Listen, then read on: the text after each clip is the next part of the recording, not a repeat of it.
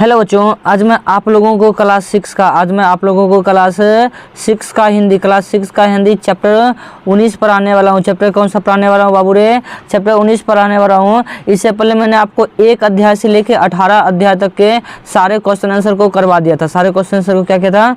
करवा दिया था, समझे ना। अगर आप इन सब का PDF पाना चाहते हैं तो आप हमारे मोबाइल नंबर है, समझे ना। हमारा मोबाइल नंबर है 95 76 39 और 14 15, समझे। इस बारे व्हाट्सअप नंबर पर आप जाइएगा, मैसेज करिएगा। जिस भी चैप्टर का आपको PDF चाहिए आप वहाँ कमेंट कीजिएगा, मैसेज कीजिएगा, आपको मिल जाएगा। अगर आप पहली बार हमारे चैनल पर विजिट किए हैं तो चैनल को सब्सक्राइब जरूर करें। चैनल को क्या करें? सब्सक्राइब जरूर कर लें और बेल आइकन को जरूर क्लिक कर दें। आइए अब इसका क्वेश्चन आंसर देखते हैं। और जानकारी आपको बता दूं कि इस चैनल के माध्यम से आपको क्लास 6 से लेकर क्लास 12 तक का तैयारी करवाया जाएगा, समझे ना। और हिंदी मीडियम में कराया जाएगा और आपको कहीं से कोई दिक्कत नहीं होगा।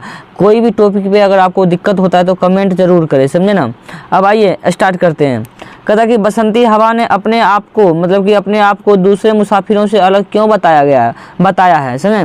तो आप कहिएगा कि एक मुसाफिर जिसकी कोई मंजिल नहीं, कोई रास्ता नहीं, बरमनी अपना मन से हवा बहती है, जिधर चाहती है उधर घूमती है, समझे। तो कहिएगा अब इसके बाद कि आमतौर पर एक मुसाफिर का अपना एक गंतव्य स्थान होता है, एक स्थानीय गंतव्य होता है जहाँ उसे पहुंचना होता है। हर व्यक्ति का एक गंतव्य स्थान घर होता है, मंजिल होता है जहाँ उसे पहुंचना होता है। लेकिन यह जो है हवा फिर अपने स्थान तक पहुंचने का उसका एक निश्चित मार्ग भी होता है कि इस रास्ते से गए तो इस रास्ते से भी आएंगे। लेकिन बसंती हवा का सफर का कोई मार्ग नहीं है, कोई अंतिम पड़ाव नहीं है। इसीलिए बसंती हवा ने अपने आप को अन्य मुसाफिरों से अलग माना है। हम लोग कहीं जाते हैं तो एक निश्चित दिशा के माध्यम से जाते हैं, किसी निश्चित मार्ग के माध्यम से जाते हैं।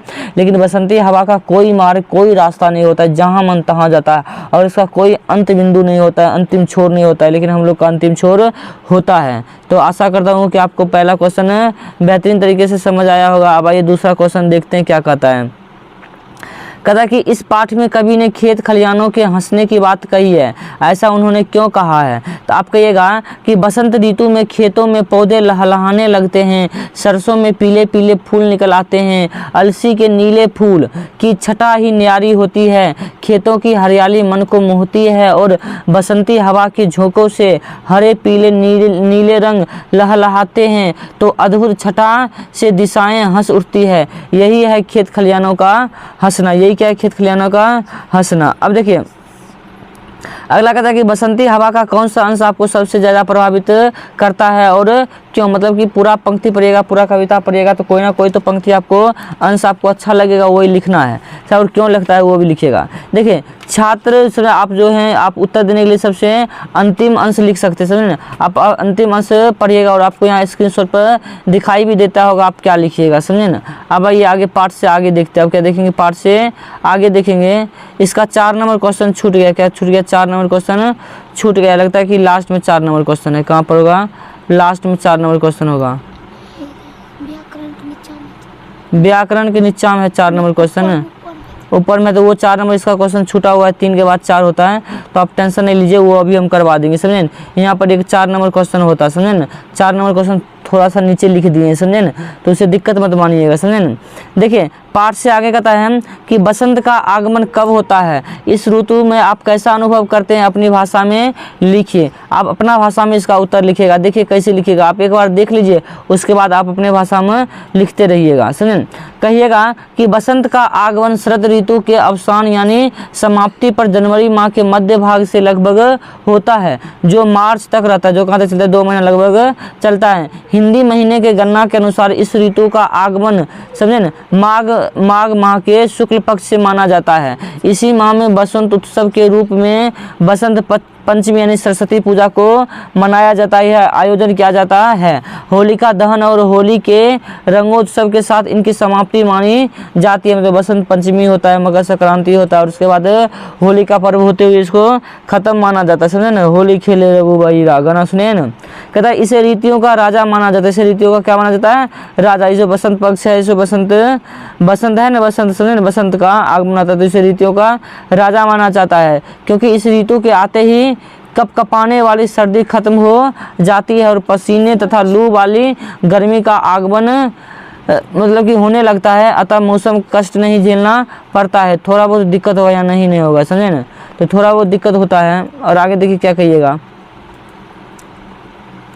कहिएगा प्रकृति दुल्हन की तरह सज सवर कर लोगों को स्वागत करती है। इसी समय विद्यार्थियों के लिए परीक्षा का समय आ जाता है। फरवरी माह मार्च माह के समक्ष परीक्षा 10वां बोर्ड में होता है, जिसके कारण हम विद्यार्थियों की बेचैनी भी बढ़ जाती है। फिर भी यह मौसम मन को सुकून देता है। अब देखिए कहता है कि इस पाठ को पढ़ने के बाद हवा के प्रति आपके मन में किस प्रकार के भाव उठते हैं और क्यों, उसे लिखिए। तो आप क्या लिखिएगा, देखिए क्या लिखिएगा, कहिएगा इस पाठ में हवा का मानवीकरण किया गया है। यूँ तो हवा जीवन के लिए जान है, यूँ तो हवा क्या है, जीवन के लिए जान है। बिना हवा को पृथ्वी पर जीवन असंभव है। इस कविता को पढ़कर हवा के प्रति एक आत्मीय भाव मन में उपजता है और हवा की यह उक्ति अत्यंत प्यारी लगती है। अनोखी हवा हूँ, बड़ी बावली हूँ, बड़ी मस्त बोला हूँ, निडर हूँ, जिधर चाहती हूँ उधर घूमती हूँ। ये न अच्छा लगा।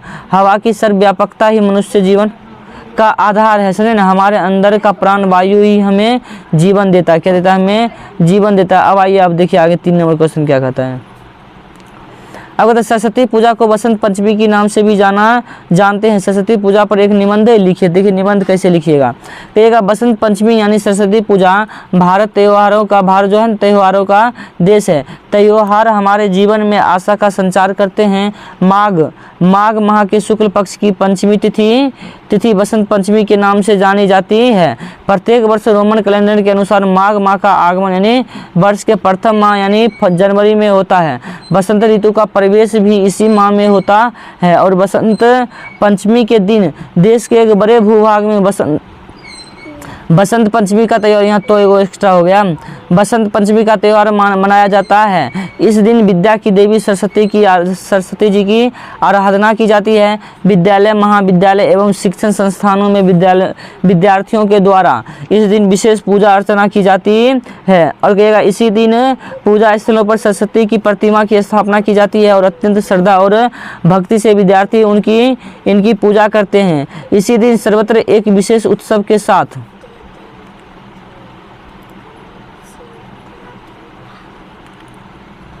कहिएगा विशेष उत्सव के साथ क्या करते हैं, पूजा पाठ करते हैं, समझे ना। अब देखिए बसंत पंचमी का आयोजन किया जाता है। विद्यार्थी इसी दिन की होली पर्व भी आगाह करते हैं और एक दूसरे के माथे पर रंग अबीर लगाते हैं। शाम के समय सांस्कृतिक कार्यक्रम का आयोजन किया जाता है।